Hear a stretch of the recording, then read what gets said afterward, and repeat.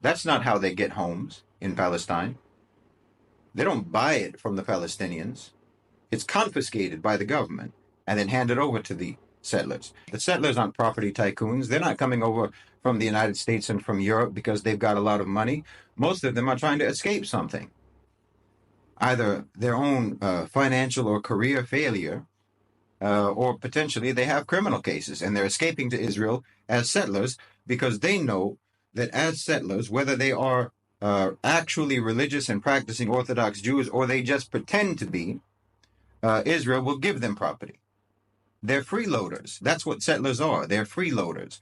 They don't go over there to buy property. They don't go over there because they have the money to buy property. If they had that kind of money, they would never leave where they came from, most likely. They're going over there to live off the welfare state. And if they couldn't, they wouldn't go.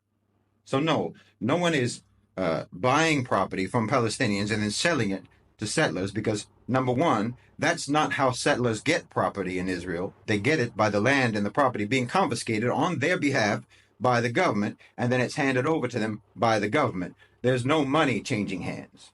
So if there's a case of a Palestinian selling their home to a Gulf Arab, and then that Gulf Arab flipping the home and selling it to a Jew, well, that's just a property deal.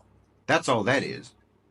That's a Palestinian getting paid good money for their home by choice, and then the Gulf Arab flipping the property and making money off of it himself. But it's not settlers.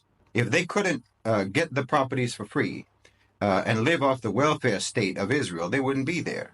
They'd go back to where they came from. If they could go back to where they came from, if they don't have an arrest warrant where they came from,